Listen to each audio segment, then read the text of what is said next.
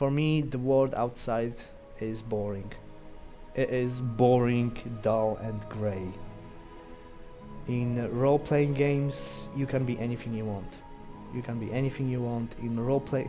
Outside, you're for for other people, for people outside outside the role-playing community, you're not cool, and I don't really care about that. But in the role-playing, game, you are awesome. You are kicking ass.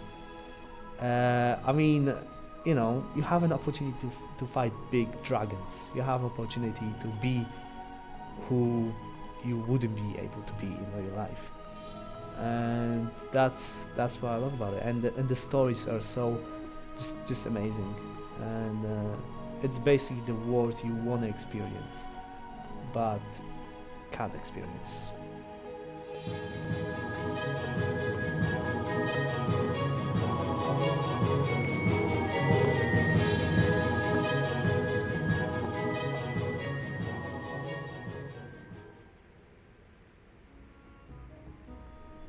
To define Dungeons and Dragons, it's kind of like to say what a whole genre of something is. It's kind of like the very basics of a role-playing game.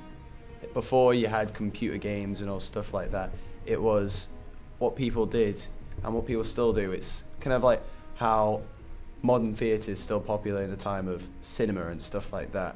It's the basics of it. It's people around the table, hence it being a tabletop game, and kind of almost immersing themselves in a world that someone would then create. What Dungeons and Dragons is, Dungeons and Dragons D&D is basically, they call it a role-playing game, but it's like a life simulator, just not your life. You make all of the choices, you do all the actions, there's rules to it, but they kind of are loose, so it's just like simulating events, like as a life would be.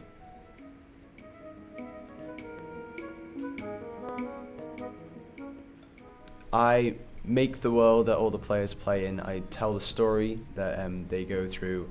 I'm all the characters they interact with. I'm the interactions they make with the world. I'm all the random stuff that will go on. If they were playing a computer game, I'd be the computer. Characters are very important to players, as it's almost an extension of yourself. If I were to play a game, I always try to make a character who I feel I am, the very kind of good, righteous, noble knight or something like that. We can also get people who play characters who are complete opposites of themselves. They like to get themselves away from that and do something different. My character's name is Eli the Incredibly Destructive. Well, he's a sorcerer, so he's got like a sorcerer cloak. It's actually a really evil one I stole. And he's ridiculously good looking, except for he's got this really big scar across his face because he got bit by a hydra.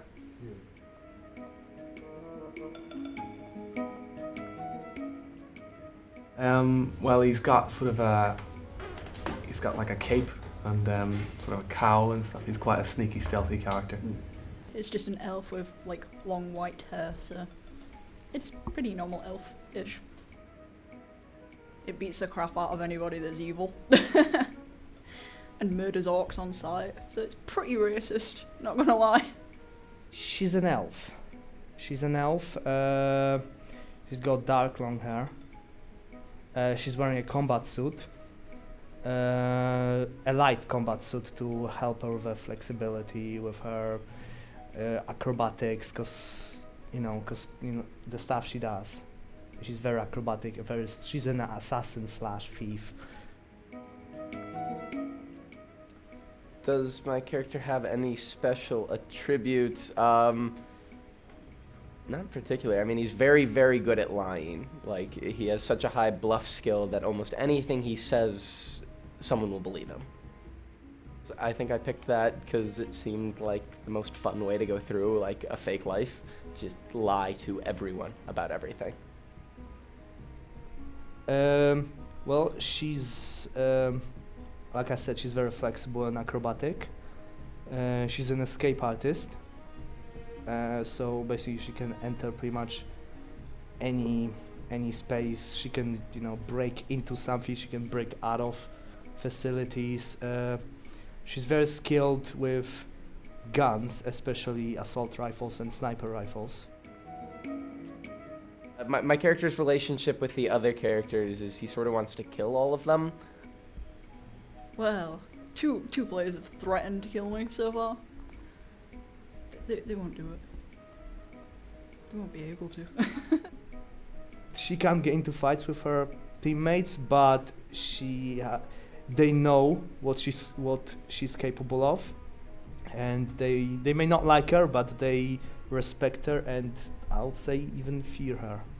When players have a conflict in the game, sometimes you have to remember that they're acting in character, and that they're playing as what their character would do, and that's what causes most conflicts. But to the players, there's a fine line that they can't quite distinguish between character and player, and they'll take offense from what the person's actually doing, and that could cause trouble outside, as they won't quite realize that they're not doing it out of spite or because they're trying to be mean to the person. They're just doing it because that's what their character would do. I invented this character mostly just because I felt like he was a good personification of me, or at least what I'd be like if I could shoot fire out of my hands. It's an elf. It seems like a fun thing to be. It's better than being a human. I have to do that every day anyway. I made it because I knew she would be different. I knew she would be entertaining. I knew that it would be fun to play as her. Well, I'd like to think it. Whenever I play, I always try and play the good guy. That's what I do when I'm playing games. That's what I feel the whole roleplay game's about. It's about being the hero and stuff. And I like to think that the characters I play try and reflect how I'd like to be in real life, how I'd like to be able to go out and save people and be a hero kind of thing. Yeah, there's definitely a stereotype. When someone says to you, oh, I'm going to play Dungeons and Dragons, you obviously think, well, that's horrifically nerdy. It's obviously some guy who sits in their mum's basement wearing a wizard hat, pretending to be a wizard. It's not that. It is nerdy, but it's no way near as cliche and nerdy as some people might think. It's just a bunch of friends getting together, normally with just some drinks and some food, and then just playing a game. Why did I choose this activity? I sort of just had never tried it. It seemed like a ridiculously nerdy thing to do, and I've always considered myself to be a ridiculous nerd, so I thought like it was a good combination, so I thought I'd give it a try.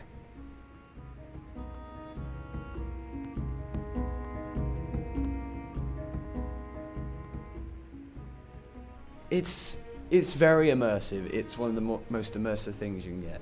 You know that feeling you have when you're playing a video game and you're just sitting there and you completely forget about everything else that's going on around you. Most times when you're playing Dungeons and Dragons, that's what it's like. You get into a different kind of mindset.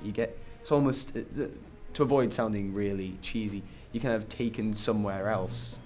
It takes you away from all the trivial stuff of everyday life, how mundane some things can be.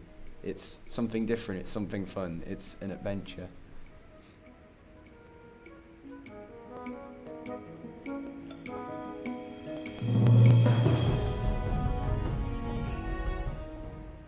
I'm going to be playing it for a long time. When I have kids, I'm going to raise them on this shit.